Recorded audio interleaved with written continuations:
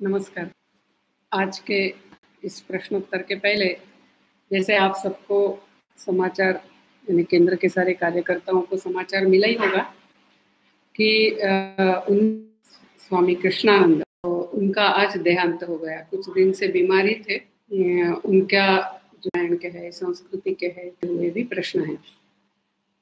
तो मुझे ऐसे लगा कि यदि मैं आज शुरू में थोड़ा धर्म के बारे में बताती हूँ और धर्म के लिए हम समझते हैं तो रामायण के प्रश्न और बाकी भी कुछ अन्य प्रश्न हमें समझने में आसान होगा, यानी मुझे जवाब देने में आसान होगा।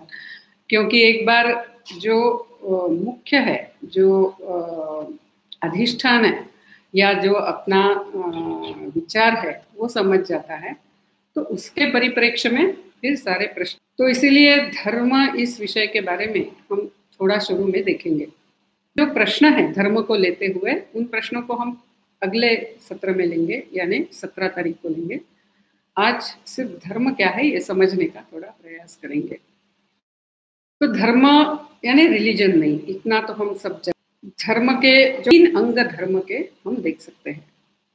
एक तो यह है कि जिससे धारणा होती है वो धर्म है। धर्म इज दैट विच सस्टेन्स। धारणा होती है या समाज की होती है या राष्ट्र की होती है या मनुष्य का शरीर मन बुद्धि भी किससे चलता है, तो हम जानते हैं कि वो आत्मशक्ति से चलता है, वो आत्मचेतना से चलता है। यानी इन तीनों की भी धारणा उसके कारण होती है। समाज की धारणा आत्मीयता के कारण, समरसता के कारण होती है। राष्ट्र की धारणा आत्मीयता के कारण होती है। पर्यावरण का रक्षण आत्मीयता के अपनापन से होता है। या परिवार का संवर्धन वो भी आत्मीयता से होता है।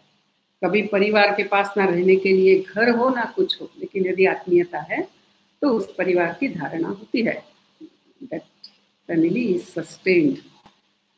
सब कुछ है लेकिन आत्मीयता ही नहीं है, एक दूसरों के बारे में प्रेम ही नहीं है, तो वो परिवार टिकता नहीं है। इसीलिए धर्म का जो पहला अंग है वो यह है कि इस पूरे सृष्टि के प्रति आत्मीयता,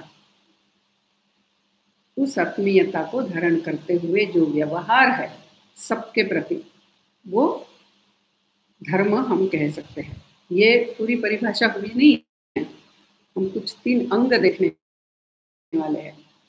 आप कहीं भी जाइए, किसी को भी पूछिए, जो हमने पहले सत्र में भी देखा था कि ईश्वर कहाँ है, तो हम कहते हैं ईश्वर सर्वत्र है। आत्मा कहाँ है, परमात्मा कहाँ है, वो सर्वत्र है। सर्वत्र ईश्वर है, यानी क्या, एक ही अनेक रूप से प्रकटित हुआ है। इसीलिए जब मैं कहती हूँ मैं, तो मैं यानी सिर्फ यह शरीर मन बुद्धि नहीं है, तो मेरा ही विकसित होने वाला स्वरूप मेरा परिवार है, मेरा और विस्तारित होने वाला स्वरूप मेरा समाज है, मेरा और विस्तारित होने वाला स्वरूप यह राष्ट्र है, और मेरा और विस्तारित स्वरूप यह पूरी सृष्टि है। और इसके परे भी जो तत्व है, जो इन सारे समष्टि को धारण, समष्टि का रूप लेता है, समष्टि में प्रकटित होता है, सृष्ट होता है, वह जो सृष्ट नहीं हुआ है वह परमात्मा ईश्वर, ये मेरा आत्मस्वरूप है। यानी यह पूरा विश्व जो है यह एक ही चेतना से प्रकटित हुआ है। इसीलिए यह परस्पर संबंधित, परस्पर अवलंबी और परस्पर जुड़ा हुआ है। तो जैसे हमारा अपने स्वयं के प्रति कुछ कर्तव्य होता है, जैसे उदाहरणार्थ हम रोज नहाते हैं, तो हम ऐसा कहते नहीं है अरे मैं रोज नहाती हूँ तो मुझे किसी ने सर्टिफिकेट देना चाहिए, मेरे बारे में लोगों ने बताना चाहिए कि ये रोज नहाती है। ऐसा हम कहते नहीं है कि ये मेरा सहज कर्तव्य है, मेरे प्रति ये मेरा सहज कर्तव्य है, ऐसा हम कहते हैं। हम जानते भी हैं कोई हमें कुछ सर्टिफिकेट दे इसलिए हम नहाते नहीं हैं, या अपने शरीर मन को स्वस्थ रखना ये कोई हमारा सम्मान करेगा इसलिए हम करते नहीं हैं, तो ये अपना शरीर के प्रति अपना कर्तव्य है। उसी प्रकार मेरे परिवार के प्रति कर्तव्य है, मेरा मेरे समाज के प्रति कर्तव्य है, मेरा मेरे राष्ट्र के प्रति कर्तव्य है। तो ये सारा कर्तव्य जो हमें निभाना है आत्मीयता के कारण, क्योंकि ये मेरा ही विस्तारित स्वरूप है, इसीलिए सहजता से, यानी इसमें बहुत टेंशन, अरे बाप रे मुझे ये करना है, ये मेरे ऊपर थोपा गया एक कर्तव्य है, ऐसा नहीं। तो एक आत्मीयता के कारण, अपनेपन के कारण जो हम करने जाते हैं, जो व्यवहार हम करते हैं, वो धर्म है। तो धर्म का जो पहला अंग है वह आत्मीयता है। अभी इसमें और एक महत्व का है कि हमारा दूसरों के साथ व्यवहार जो होना है वो कैसे होना है, क्योंकि दूसरा करके कोई है ही नहीं, सारा हमारा ही विस्तारित स्वरूप है। इसीलिए जब मैं कहती हूँ यानी मैं कहती हूँ, तो ये मैं यानी सिर्फ शरीर मन बुद्धि तो है नहीं, हमारा ही विस्तारित स्वरूप यह परिवार समाज दूसरों के साथ, यानी बोलने के लिए दूसरों के व्यवहारिक स्तर पर ये शब्द का उपयोग मैं कर रही हूँ। तो हम दूसरों के साथ जो व्यवहार करते हैं वो, मैं किसी से झूठ बोलती हूँ, मैं किसी को दुख पहुंचाती हूँ, मैं हिंसा करती हूँ, मैं किसी की जान खतरे में डालती हूँ, तो मैं एक्चुअली ये मेरी ही हानि कर रही हूँ। और एक ना एक दिन ये मुझे आने वाला है। इसका एक जो हम सबके समझ में आ सकता है, इसका एक सरल उदाहरण करते समय या अपने घर में कभी कभी ऐसा होता है कि हमें बहुत गुस्सा आता है और हम कुछ कहना चाहते हैं, हमें पता है हमने ये नहीं कहना चाहिए, लेकिन हमारा क्रोध हम संयमित नहीं कर सकते, कंट्रोल नहीं कर सकते, और इसलिए गुस्से में आके हम कुछ तो भी बोल देते हैं। हमें पता है कि हमने ऐसा नहीं बोलना चाहिए था, फिर भी हम बोल देते हैं। तो जब हम ऐसा बोल देते हैं, तब ये जब हम बोलते हैं तो अंदर हमें पता है कि हमने ये गलत किया, लेकिन हम बार बार फिर उसका मन में जस्टिफिकेशन करते हैं, समर्थन करते रहते हैं कि नहीं मैंने किया वो सही किया, उसको बताना ही चाहिए था, वो हमेशा ऐसा बात करता है, उसको एक न एक दिन मैंने ठीक से बताना ही चाहिए था। यानी जब हम गलत करते हैं, गलत बात बोलते हैं, हमारे मन की शांति समाप्त होती है। हमें मन के अंदर बहुत देर चक्की चलानी पड़ती है कि मैंने बोला वो सही कैसे बोला, वो सही नहीं है ये पता है, इसलिए चक्की चलानी पड़ती है। धर्म का जो पहला अंग है वह आत्मीयता है, और उसके कारण हमारा जो सबके प्रति जो व्यवहार है, या हमारे ही जो विस्तारित स्वरूप परिवार समाज राष्ट्र और सृष्टि, इसके प्रति जो अपना कर्तव्य है, उस कर्तव्य को हमने आत्मीयता से पूरा करना, व्यवहार, वो जो व्यवहार है वो धर्म है, तो सबके साथ आत्मीयता से व्यवहार करना। अभी इसमें सिर्फ कर्तव्य ऐसा नहीं है, जैसे उदाहरणार्थ मैं, ये उदाहरण मैंने बहुत बार दिया है, मैं आज फिर से एक बार देती हूँ, क्योंकि ये सच में बहुत ही सुंदर उदाहरण है कि एक बार जब मैं मुझे भीलवाड़ा जाना था और मैं कोटा उतरी स्टेशन पे, और वहाँ मुझे भीलवाड़ा के 2 कार्यकर्ता लेने आने वाले थे, लेकिन जब मैं उतरी मैंने देखा कि वहाँ कोई भी नहीं है। तो फिर मैंने फ़ोन किया हिरेन जी को, तब हिरेन जी वहाँ के प्रमुख थे, और मैंने उनको बताया कि मुझे हिरेन जी के घर में फ़ोन किया। तो जब घर में फ़ोन किया, उनके माँ ने फ़ोन उठाया और वो बोली कि वे तो कॉलेज गए हैं। तो मैंने कहा अच्छा ठीक है, फिर कॉलेज का नंबर दीजिए, मैं कॉलेज में पूछती हूँ। फिर उसके बाद वो बोली कि मुझे ढूंढना पड़ेगा, आप थोड़ा 5 मिनट के बाद फ़ोन कीजिए। फिर मैंने 5 मिनट के बाद फ़ोन किया, फिर उन्होंने कहा कि ये नंबर लीजिए। फिर मैंने कॉलेज में फ़ोन किया तो प्रिंसिपल ऑफिस से फ़ोन उठाया, उन्होंने कहा नहीं वो क्लास में है, आप ऐसा कीजिए उनका क्लास 10 मिनट के बाद समाप्त होगा, आप उस समय फ़ोन कीजिए। तो फिर मैंने 10 मिनट के बाद फ़ोन किया, तो फिर से उन्होंने बोला कि नहीं नहीं वो अभी तक आए नहीं है क्लास से, आप ऐसा कीजिए आप 5 मिनट के बाद फ़ोन कीजिए। मैंने कहा वो आएंगे ना, क्योंकि उन दिनों में मोबाइल नहीं था, या एसटीडी बूथ होते थे, यानी एक गांव से दूसरे गांव फ़ोन करना है तो भी एसटीडी कॉल लगता था। तो मेरा ऑलरेडी ये 4था कॉल था, इसलिए मैंने कहा वो जरूर आएंगे ना। तो उस समय वो जो एसटीडी बूथ का जो व्यक्ति था, दिव्यांग था, उसने मुझे बोला बहन जी आप ये मेरा नंबर दे दीजिए। अभी वो नंबर मैंने उनको मैंने कहा दे दूं, तो बोले हाँ दे दीजिए, और उनको बोलिए वो आने के बाद फ़ोन करने के लिए, क्योंकि वो मेरा सुन ही रहे थे बात। फिर मैंने वो नंबर दिया, बाद में हिरेन जी आए क्लास से, उन्होंने मुझे फ़ोन किया, फिर वो बोले दीदी बताया तो था, मैं देखता हूँ क्या हुआ, फिर आपको बताता हूँ। फिर उन्होंने कुछ समय के बाद बोला कि दीदी वो तो घर से निकले हैं, मैं देखता हूँ क्या हुआ, लेकिन आप थोड़ा राह देखिए। मैंने कहा ठीक है। फिर उनका फिर कुछ समय के बाद फ़ोन आया कि बोले नहीं दीदी बहुत बारिश हुई भीलवाड़ा में, और जनरली ऐसा होता नहीं है, लेकिन उस दिन रास्ता यानी ब्रिज से पानी जा रहा है तो आज बस नहीं चलेगी। तो मैंने कहा अब क्या करना है, तो बोले मैं देखता हूँ दीदी क्या हो सकता है। फिर कुछ समय के बाद उन्होंने फ़ोन किया, फिर वो बोले नहीं तो दीदी आप होटल में ही रहिए, आज तो शायद बस नहीं चलेगी ऐसा लगता है। फिर मैंने कहा मैं तो केंद्र की जीवनवृत्ति कार्य करता हूँ, ऐसी अकेली जाके होटल में जनरली हम नहीं करते हैं, तो अपने कार्यकर्ता के कोई रिलेटिव्स यदि यहाँ रहते हैं कोटा में तो मैं उनके यहाँ रुकूंगी, आप देखिए कुछ व्यवस्था हो सकती है क्या। उन्होंने कहा ठीक है देखता हूँ। फिर अपने किसी एक कार्यकर्ता का एक भाई वहाँ हॉस्टल में पढ़ रहा था, तो उन्होंने उसको फ़ोन किया, वो मिलने के लिए तो आया, लेकिन रहने की व्यवस्था तो नहीं हो पा रही थी। फिर उन्होंने फ़ोन किया, और फिर आखिर विश्व हिंदू परिषद के कार्यालय में मेरी बड़ा उनका इस्टेब्लिशमेंट है उधर, तो वहाँ मेरी रहने की व्यवस्था हो गई। अभी ये सारा जब हो गया, मुझे ले जाने के लिए लोग आए, मैं वहाँ से जाने लगी, तो मैंने उस एसटीडी बूथ वाले को पहले 4 कॉल के पैसे तो मैंने पहले ही दिए थे, मैंने उनको पूछा कि इतने सारे कॉल मुझे इस पर रिसीव हुए तो इसका कितना देना है। तो उन्होंने कहा नहीं इनकमिंग कॉल मैं आपको चार्ज नहीं करूँगा। फिर मैंने कहा कि आपने आपका नंबर देते हुए आपका बिजनेस क्यों बिगाड़ा, नहीं तो मुझे और कितने कॉल करने पड़ते। तो उन्होंने क्या कहा पता है, उन्होंने कहा कि दीदी, उन्होंने कहा बहन जी, जब आप अकेली यहाँ अटकी हुई है उस समय आपसे बिजनेस करना ये धर्म नहीं है। अभी कल्पना कीजिए, अभी उन्होंने आउट ऑफ द वे जाके मुझे मदद करने की कोई ज़रूरत नहीं थी, यानी मैं नहीं तो सारे कॉल के पैसे दे भी देती, लेकिन एक स्त्री अकेली बैठी है, तो ये जो आत्मीयता से, यानी यहाँ सिर्फ कर्तव्य की बात नहीं है, कर्तव्य से भी परे, कानून से भी परे, जो एक आत्मीयता से व्यवहार सबके साथ करना है वो धर्म है। तो ये हो गया पहला। लेकिन जो हमने कहा कि हमारा कर्तव्य अपने समाज के प्रति है, अपने परिवार के प्रति है, राष्ट्र के प्रति है, सृष्टि के प्रति है, तो कभी कभी ऐसा होता है कि इन दोनों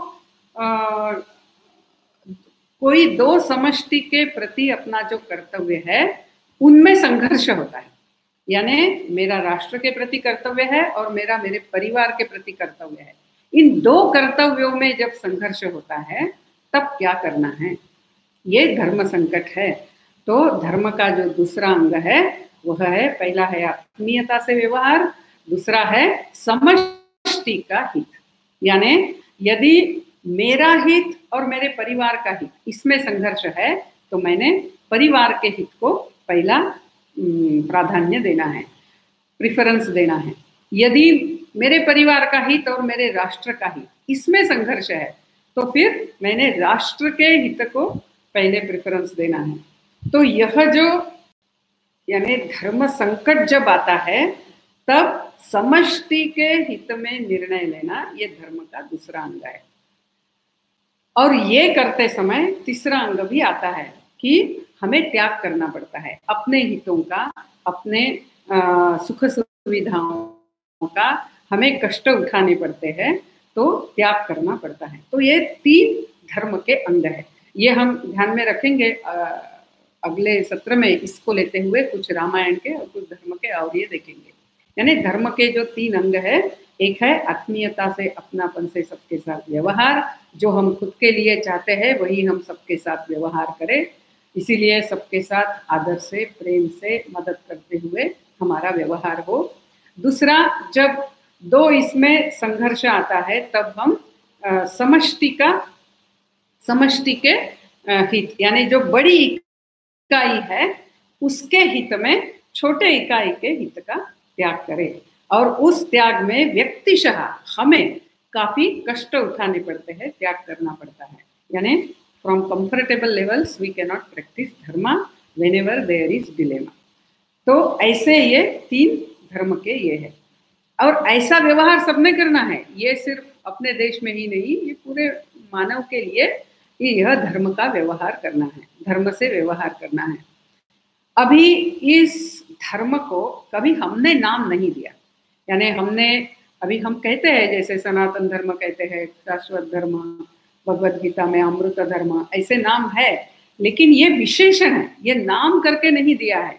यानी एष धर्म सनातनः, यानी ऐसे सनातन नियमों का पालन करते हुए हम व्यवहार करें, ऐसा जब हम कहते हैं तब उस समय उसका नाम सनातन ऐसा हो गया। हमने इसका नाम एक्चुअली धर्म ही रखा। हम ऐसा भी कहते हैं कि सिद्धिं विन्दति मानवा, इसलिए कोई कहते हैं कि ये मानव धर्म है, निश्चित है ये सारे मानवों के लिए है, लेकिन हमने इसके लिए नाम नहीं रखा। कल ही मैं चंद्रशेखरेंद्र सरस्वती जो कांची कामकोटि के परमाचार्य थे, उनका पुस्तक पढ़ रही थी, और उस पुस्तक में वो कहते हैं कि जब मैं छोटा था मुझे हमेशा लगता था कि हमने हमारे धर्म को नाम क्यों नहीं दिया, ये क्या हमारे धर्म की कुछ कमी है क्या। फिर बाद में वो यहाँ गए, शंकराचार्य हुए, जब वो 13 बरस के आयु के थे तभी वो आए कांची कामकोटि मठ में, और वहाँ वो आचार्य बने, यानी शंकराचार्य बने।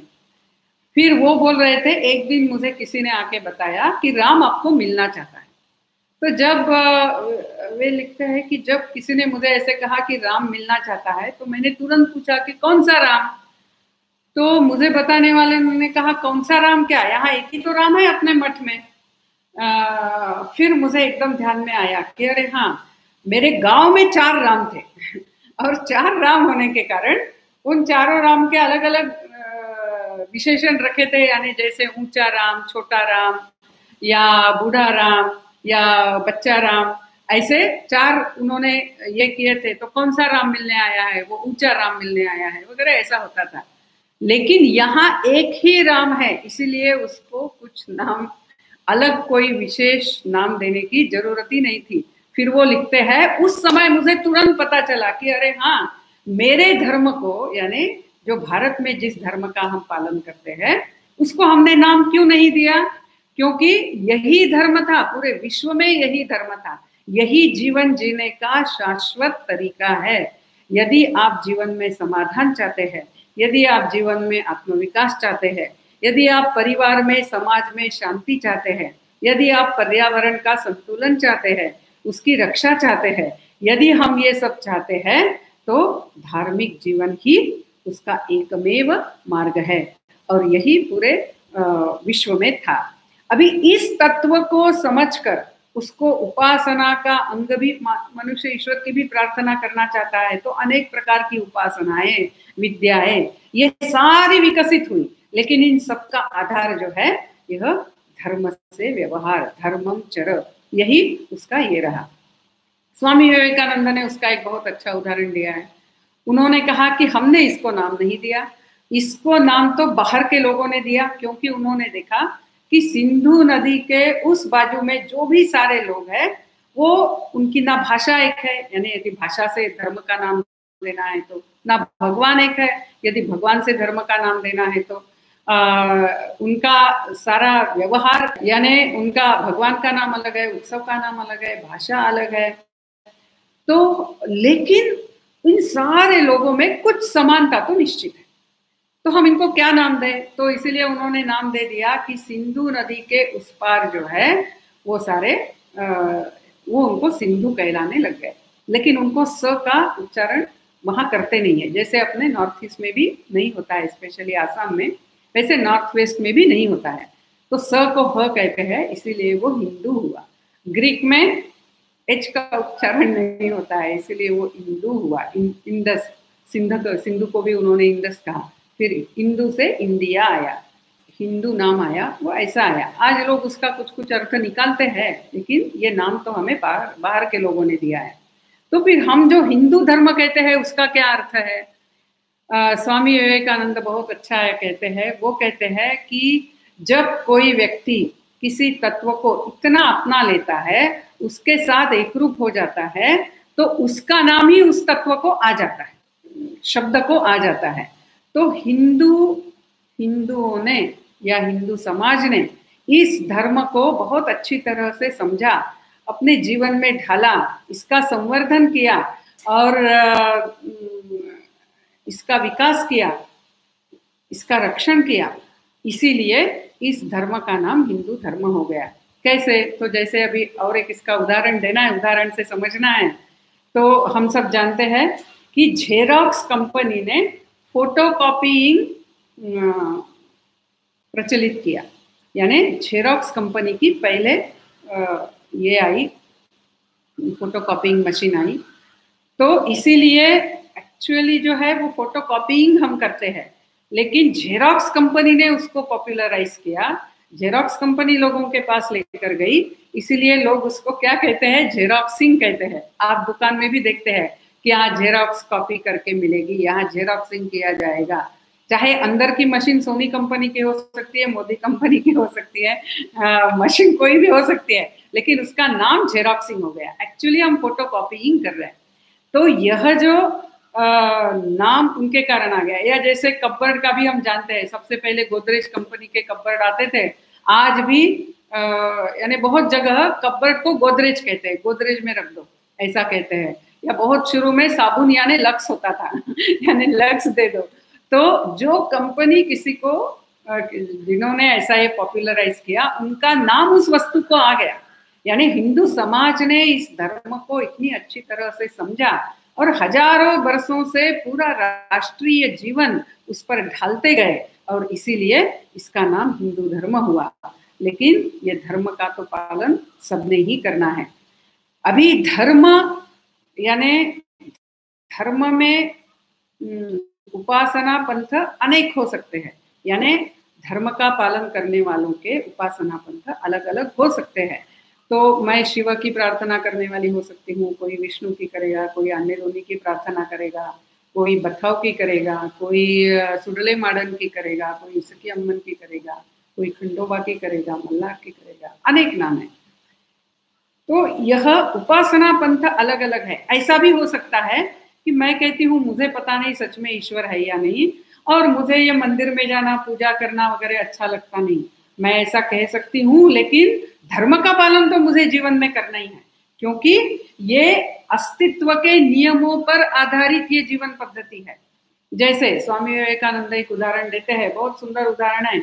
वो कहते हैं कि जैसे समझिए गुरुत्वाकर्षण शक्ति जो है, गुरुत्वाकर्षण जो है, ये न्यूटन ने हमें बताया। यानी भारत में तो पता था, लेकिन ओवरऑल यदि विश्व की बात करते हैं तो न्यूटन ने इसको समझा, इसको नाम दिया, फिर उसके ऊपर आधारित गणित का भी बहुत सारा, फिजिक्स का भी बहुत सारा विकास हुआ, ये सब ठीक है। लेकिन यदि कोई कहता है कि नहीं नहीं ये न्यूटन ने बताया, या मैं गुरुत्वाकर्षण के ऊपर विश्वास नहीं करता हूँ, और मैं ऐसा करूँगा कि मैं इसको मानता नहीं हूँ, और इसीलिए मैं पेड़ से यदि कूदता हूँ तो मैं नीचे नहीं जाऊंगा, मैं ऊपर जाऊंगा, क्योंकि मैं गुरुत्वाकर्षण को मानता नहीं। अभी वो माने या न माने, वो जाने या न जाने, उसके ऊपर गुरुत्वाकर्षण काम करने ही वाला है। और ये सबको बचपन से अंदर से पता है गुरुत्वाकर्षण शक्ति। जैसे आप देखते हैं कि बंदर का बच्चा भी जानता है कि वो गिर सकता है, इसलिए जैसे ही माँ उठने लगती है वो माँ को तुरंत अच्छी तरह से पकड़ लेता है। तो यह जो गुरुत्वाकर्षण शक्ति है, ये इस अस्तित्व का नियम है। जब तक हम पृथ्वी पर है और इस अस्तित्व के अंग है, गुरुत्वाकर्षण शक्ति हमारे ऊपर, हम उसको जाने माने या जो भी है, वो हमारे ऊपर काम करेगी ही।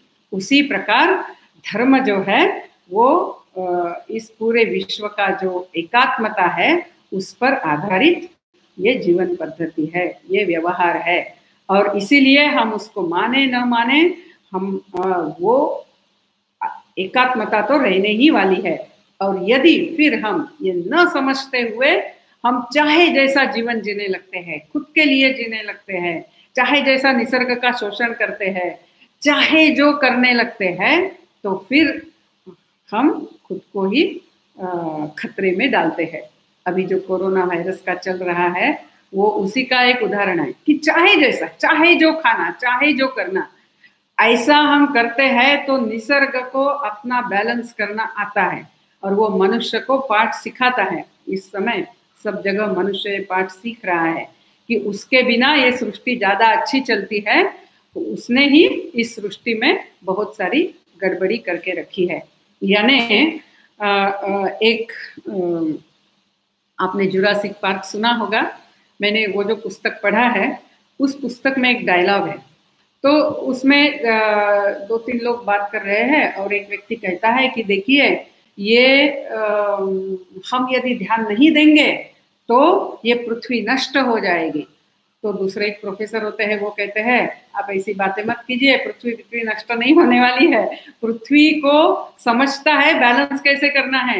यदि ज्यादा मनुष्य ऐसा स्वार्थी शोषण करने वाला व्यवहार करता है तो पृथ्वी ऐसा कुछ एक निकालेगी कि मनुष्य जमात नष्ट हो जाएगी लेकिन पृथ्वी ठीक से आगे चलेगी, सृष्टि चलेगी।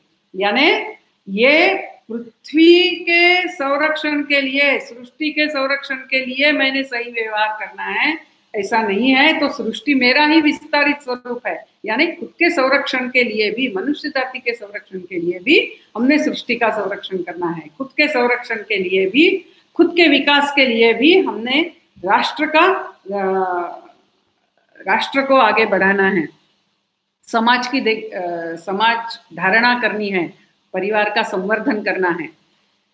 तो एक बार यदि इस धर्म के अर्थ को हम समझ जाते हैं तो हमारे ऊपर कोई इंस्पेक्शन करने की जरूरत, शब्द ही मनुष्य जाति से चला जाएगा, क्योंकि जो मेरा कर्तव्य है वो मैं अच्छी तरह से करूंगा और हर कोई अपना अपना काम ठीक तरह से करेगा। तो इस प्रकार से धर्म के ये 3 अंग आज हमने देखे। बाकी उसके ऊपर आधारित जो प्रश्न है वो हम अगले समय देखेंगे। आज अभी अन्य कुछ प्रश्नों को हम लेने का प्रयास करेंगे। अभी एक जो प्रश्न आया है वो अपने केरल से, the question is from Kerala, Vivek Gopinath. He has asked this question, and he has asked many questions. One question I will take now.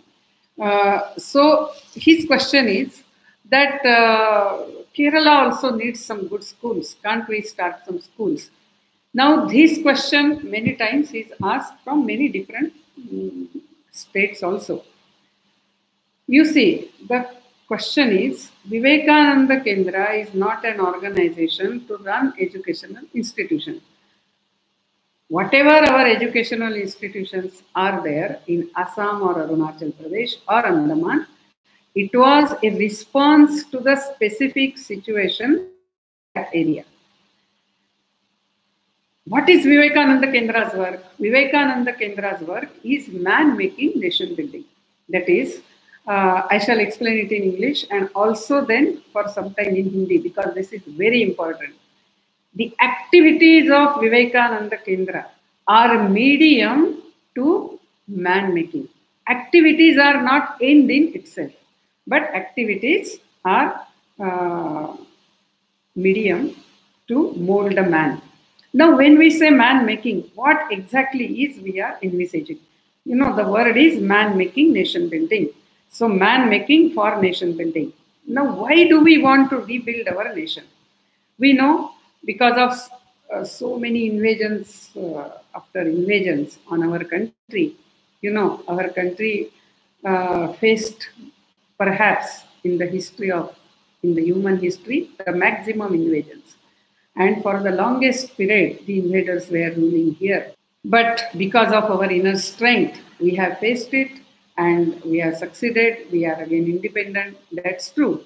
But in many ways, these invasions and whatever solutions we adopted in those days to face the situation, they have impacted our behavior.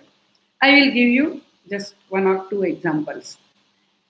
See, earlier in our country, the arrangement was like that. If you read Dharampal's some books, you will know about it. See, the arrangement was that the revenue in a village, you know, almost the 50% of the revenue, 35% to 50% of the revenue was kept in the village itself. And then what villagers will do, With help of that revenue, they will all come together and by consensus, not by election. That is, they will decide that yes, these few persons, they are their upright character, they will give time, and they are very impartial, and they have the interest of the village in their heart. So they will be selected, and they, with the help of all the villagers, will take care of the well-being of the village. So well-being means what all they were taking care. First, they were running the schools.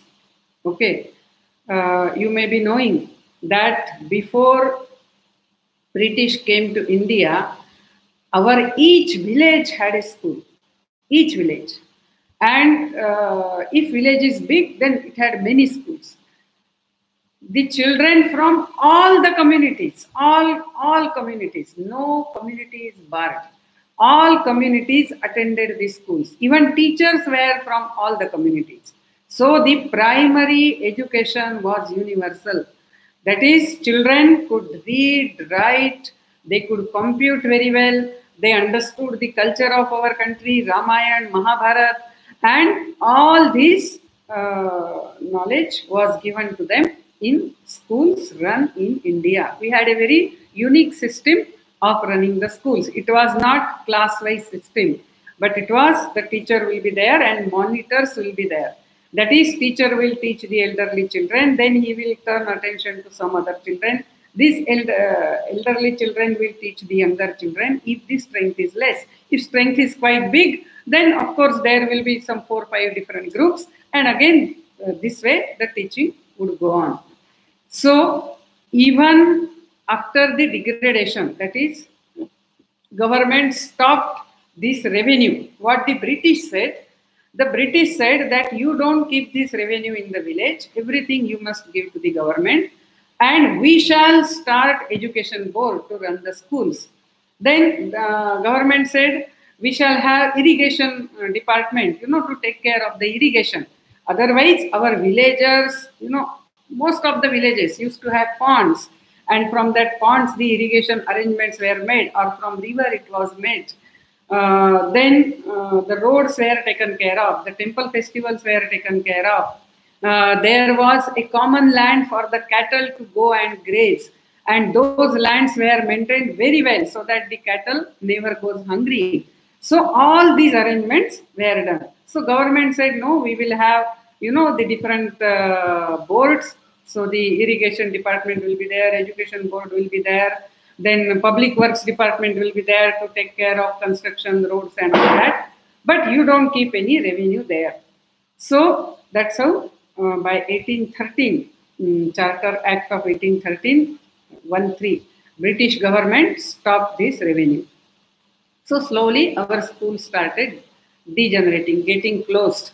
So in 1823, so Indians started agitating. When they started agitating for this, that our schools are getting closed and government is not able to open so many schools, and therefore they said, please revive our old system. Please see that the finance, the revenue is not completely taken away from the village. So when Indians were agitating, the British Parliament thought, let us see really how much is the spread of education in India. And therefore, they conducted educational survey in 1823 in India. And as per that educational survey, which is available on internet, Beautiful Tree by Dharampal, you can put it and you can read it. As per that educational survey, all villages had schools. And because some schools had closed down due to the revenue withdrawal from 1813, some schools, some schools were run in the houses of rich persons. So there was home instruction. And if both the things is combined, even after 10 years of withdrawal of this financial support, 72% of the children were going to schools. So schools were run by us, irrigation was taken care by us. Because of that, the 17th century record says Tamil Nadu alone had 1 lakh ponds, 1 lakh. and all the ponds were connected with each other. And same is the situation everywhere. एक पुस्तक है, in Hindi there is one book, आज भी खरे है तालाब, worth reading. We had communities whose only job was to go and maintain ponds from village to village, and even to build the new ponds. So in Vande Mataram, we sing this Sujalam Sufalam. No, it's not just a singing. This land was really Sujalam Sufalam. And therefore, irrigation, then irrigation got affected because irrigation department was established, but that will not take care of all the canals and ponds. Slowly the ponds got silted and many ponds were destroyed, and later we didn't even understand. We are even filling up the ponds and building housing colonies and bus stands in many places in India. But why I was trying to tell you this, in this whole thing what happened, earlier the thought was, if anything goes wrong in my village, in my town, who should set it right? We all together should set it right. So suppose the pond is filled with silt, then we don't have to write the application to the government that please do something. No, the people will come together and they will desilt the pond, they will desilt the canal, they will rebuild the canals. So that is how the initiative that I must come forward for my village, I must come forward for my society. If there is something wrong, I should do it. This sort of initiative, feeling of oneness, owning that my society, my people, this was gone due to the British rule. So what happened? Now, if pond is filled with silt, who should take care? Government should take care. If road is broken, who should take care? Government should take care. So everything government should do. Someone else should do. This is what a very deep disease has entered into us. So anytime we sit for discussion, if something is to be done, in camps and all, suggestion will be we should tell government to do that. Someone should come and do this. Now, our work is, this is what Swami Vivekananda said, this is what Eknath Ji has told us to do, that our work is that we have to create, mold such people through our work. We ourselves have to mold, and ye bano or banao, be and make process. It is a be and make process that I come forward for my country. So this initiative, this owning the responsibility of taking care of my society, of my family, of my nation, of this whole creation, this initiative should again come back to us. It should be again established in us. We should have that initiative. We should have that feeling of oneness. So it is to inculcate that. So many various activities or karya paddhatis we have adopted. Therefore, we have Samskar Varga, we have Kendra Varga, we have Yoga Varga, we have Swadhyaya Varga. And wherever there is need, we have some service projects, like we run some schools or we have rural development program. So all that is a response to a specific situation. These service projects are there. But actually what we are intending to do is to mold people in such a way, that is to do man-making process, to create karyakartas who will give their specific time for society. And that is why when we feel that there is need in Kerala, yes, you are very right, not only in Kerala, in many places there is such need. That's why such a demand comes. But for that, actually what is needed is they get some academic education, they get good academic education in many schools. But the value education, the collective samskar, that is, I am part of the society, I am part of the nation, and I owe something to nation. So this samskar, this can be given through Samskara Varga. Actually, if we start a school, we get limited only to these maybe 1,000, 2,000 children. But if we can create a very big network of Samskara Varga, many children can be impacted. and therefore our main work is man making. And once such many such karyakartas are there, then if there is need, some service project also Kendra can take up. But first what we have to focus is on creating such men who have that initiative. तो थोड़ा हिंदी में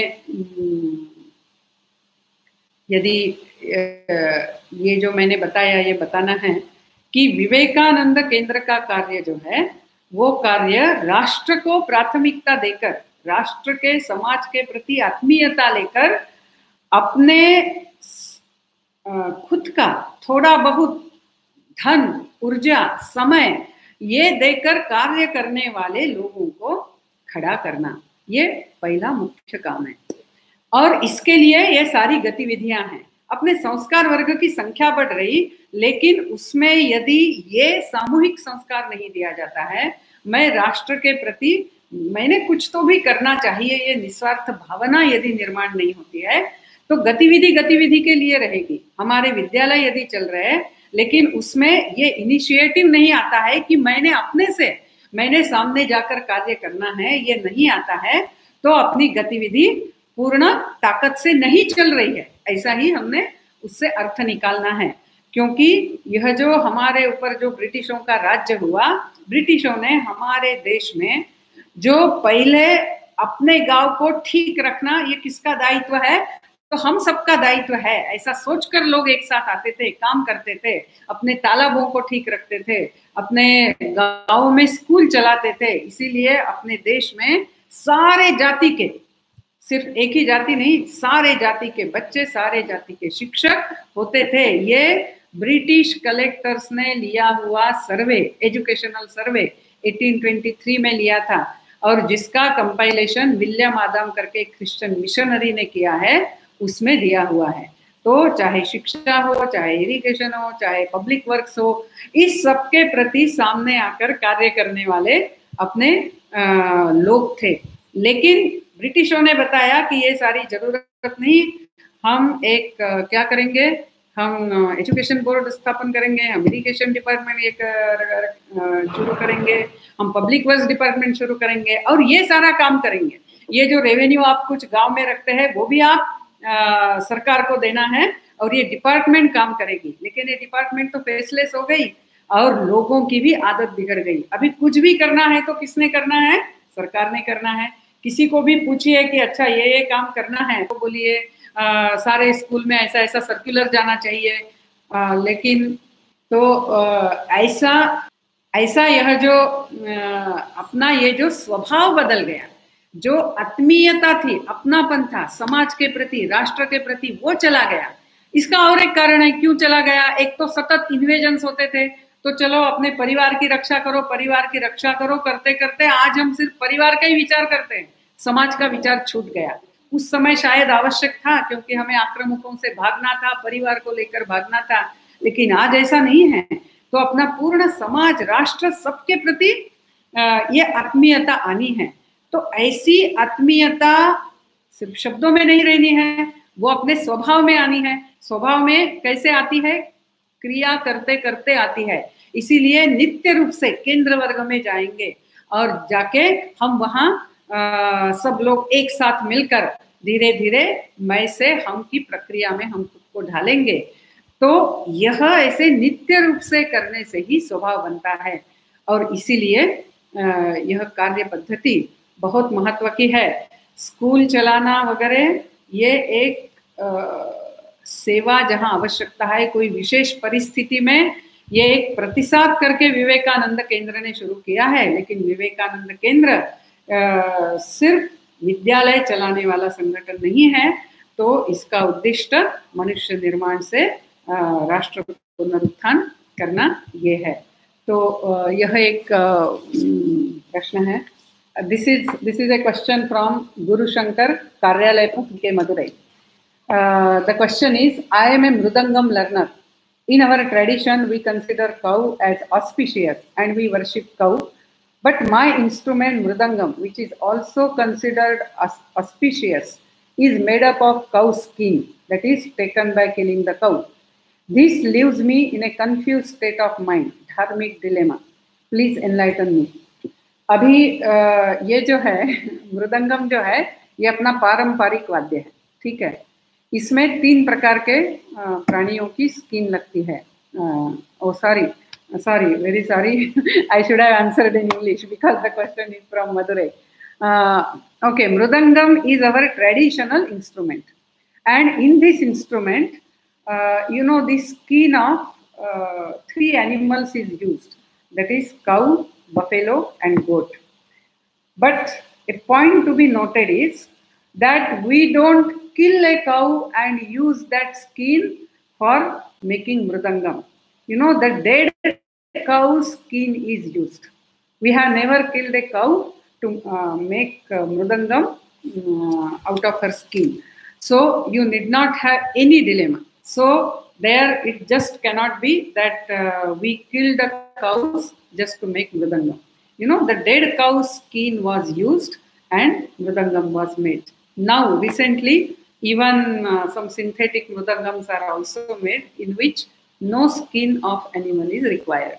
But in India, traditionally, whenever we made mridangams, we used the skin of only dead animals.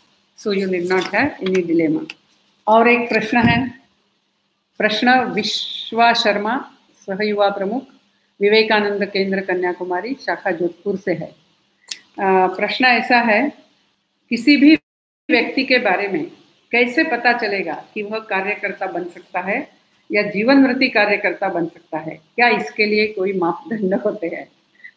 अपने अंदर की इच्छा क्या है, यही उसका मापदंड है।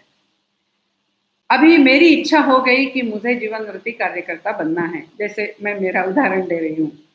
तो जब मेरी ऐसी इच्छा हो गई तब मेरे जो प्रोफेसर्स को पता चला तो उन्होंने बोला नहीं, निवेदिता ने जीवन मृत्यु नहीं होना है। उन्होंने कहा कि वहां तो ऐसे ही लोग जाते होंगे जिनको कोई समस्या होती होगी, ऐसा वो सोचते थे। लेकिन मैं जानती हूँ कि केंद्र क्या था और मुझे क्या करना है। तो लोग बोलने के लिए कुछ बोल सकते हैं। मेरे प्रोफेसर ने मुझे बुलाया भी, मुझसे बात भी की, बहुत कुछ हुआ, लेकिन मेरे मन की इच्छा क्या है? अभी 10 लोग मुझे बताते हुए मेरे मन में 10 विचार भी आ सकते हैं, लेकिन यदि अंदर झांक कर मुझे लगता है कि हाँ मैंने यही काम करना है तो मैंने खुद को झोंक देना। फिर मैंने ज्यादा विचार नहीं करना है कि ये सही है या नहीं है, क्योंकि मैं बताती हूँ, ईश्वर जो हमारे मन में, सबके मन में ऐसा विचार आता ही नहीं है, तो जिसके मन में ऐसा विचार आता है ईश्वर उसको उस संकल्प को पूरा करने की ताकत भी देता है। सिर्फ हमने डटे रहना है अपने संकल्प के साथ।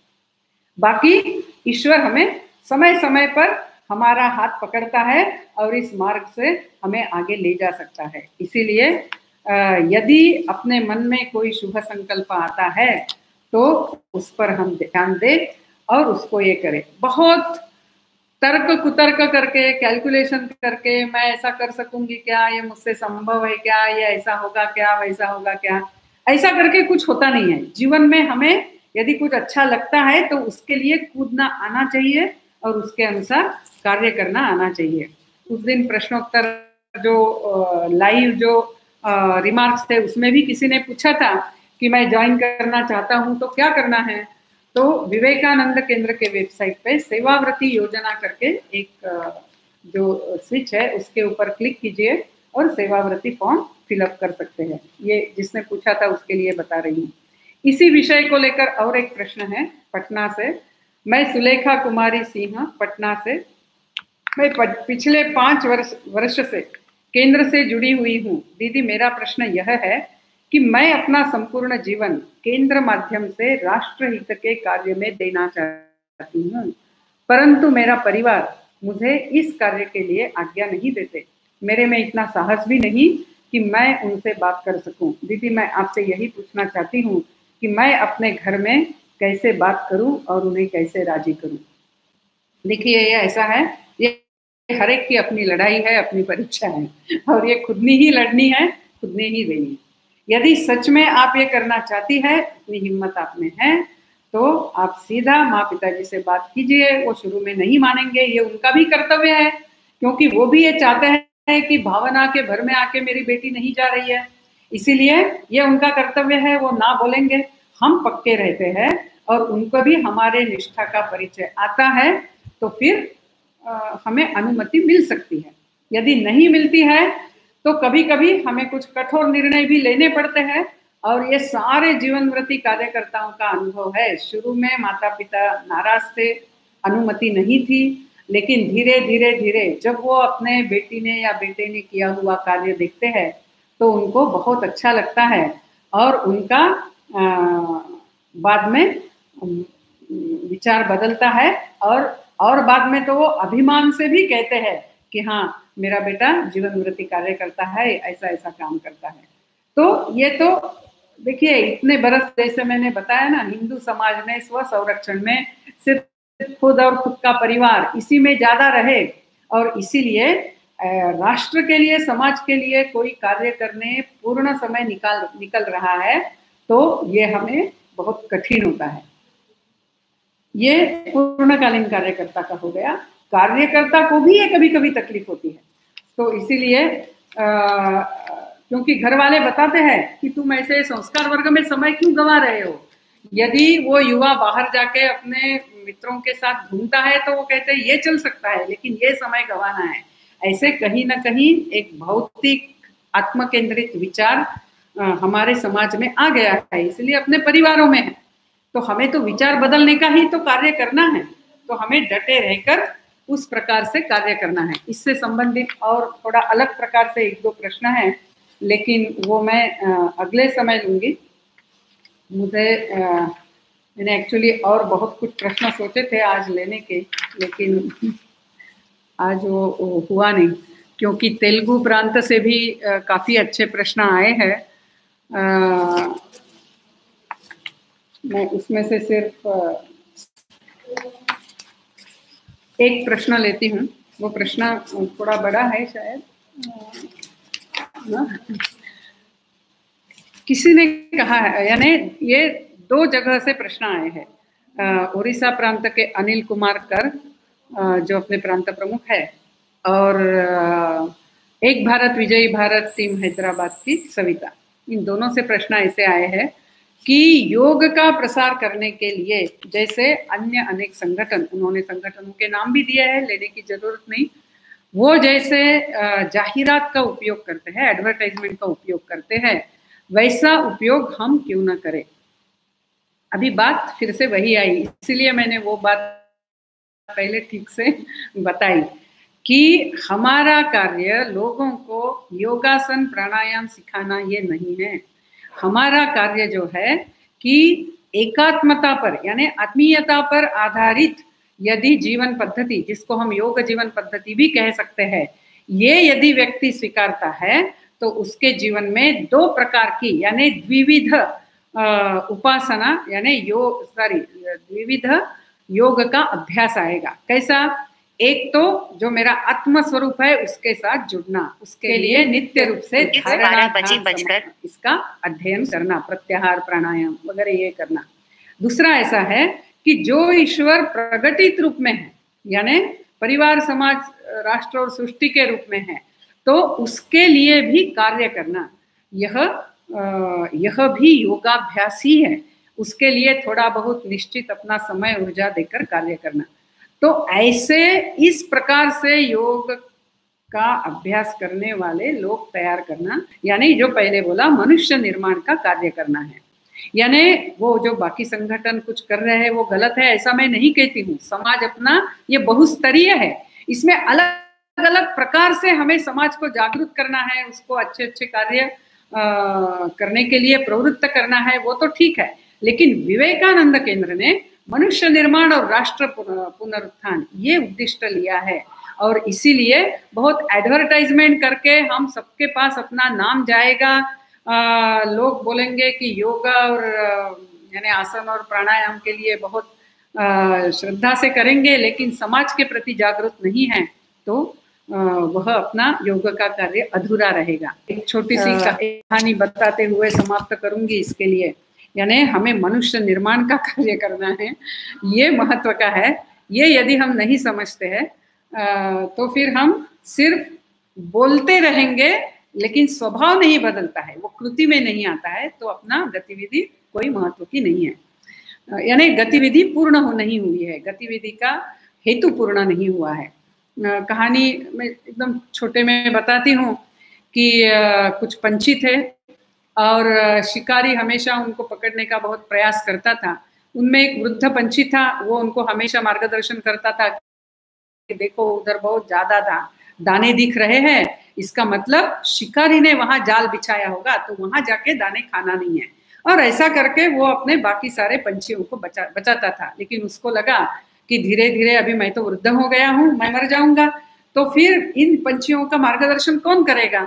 इसीलिए उन्होंने सोचा मैं इनको सिखाऊंगा, और उन्होंने उनको सिखाया कि जहां बहुत दाने गिरे हुए दिखते हैं वहां शिकारी ने जाल बिछाया हुआ होता है, वहां जाके खाना नहीं खाना है, वहां जाके दाने नहीं चुगना है। ऐसा बार बार उनको बताया। तो पंछियों ने भी बार बार उसको बोला, और फिर उन्होंने पूछा अच्छा बताओ, तो पंछियों ने बताया जहां बहुत दाने गिरे हुए होते हैं वहां शिकारी ने जाल बिछाया हुआ होता है, वहां जाके हमने दाने चुगने नहीं है। तो उसने कहा चलो आ गया इनको, और आ गया ऐसा सोचा उसने। फिर वो गए, उस दिन उठने गए, ये थोड़ा उस दिन नहीं गया क्योंकि वृद्ध हो रहा था, बाद में गया और उसने देखा कि ये पंछी गए, उन्होंने कहीं दाने थे, बहुत दाने गिरे थे, वो मुंह से गाना गा रहे हैं जहां बहुत दाने गिरे हुए हैं वहां शिकारी ने जाल बिछाया हुआ है, वहां दाने नहीं चुगना है। ये गाते गाते गाते वो उतरे, वो दाने खाने लगे और जाल में फंस गए।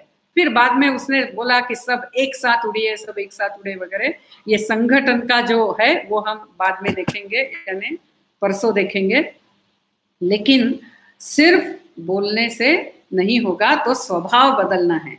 हमारी सारी गतिविधियां जो है वो इस प्रकार से मेरे जीवन में, मेरे विचार में, मेरे कृति में राष्ट्र आना है, समाज आना है। इस प्रकार से मनुष्य का स्वभाव बदलने का, मनुष्य निर्माण का कार्य अपना है। तो ये कार्य यदि हम समझते हैं तो हम और किसी की तुलना में न जाते हुए, ये स्थायी कार्य है, ये कठिन कार्य है, इसमें समय ज्यादा देना आवश्यक है, इसमें धैर्य ज्यादा आवश्यक है, और ऐसे धैर्य से हम काम करेंगे। जितना समय लगेगा लगेगा। यदि स्वामी विवेकानंद कहते हैं ना, मैं बार बार जन्म लूंगा, आखिर के व्यक्ति को वो ईश्वर के साथ एक रूप है ये समझने तक मैं बार बार जन्म लूंगा। ऐसा धैर्य से हमें काम करना है। बहुत शॉर्टकट मेथड्स से जाते हैं, उतने ही शॉर्टकट होते हुए काम बाद में नीचे गिर भी जाता है। तो इसीलिए अपना जो उद्दिष्ट है संगठन का, वो ध्यान में रखते हुए हम धैर्य के साथ, जैसे हम केंद्र प्रार्थना में कहते हैं, धैर्यमन्तः, अंतःकरण में धैर्य धारण करते हुए, हेतु को स्पष्ट समझते हुए, फिर गतिविधियों को उस तरह से हम चलाते हुए हम साध्य करें। अभी अगला जो अपना सत्र होगा वो 17 तारीख को 11 बजे ही होगा।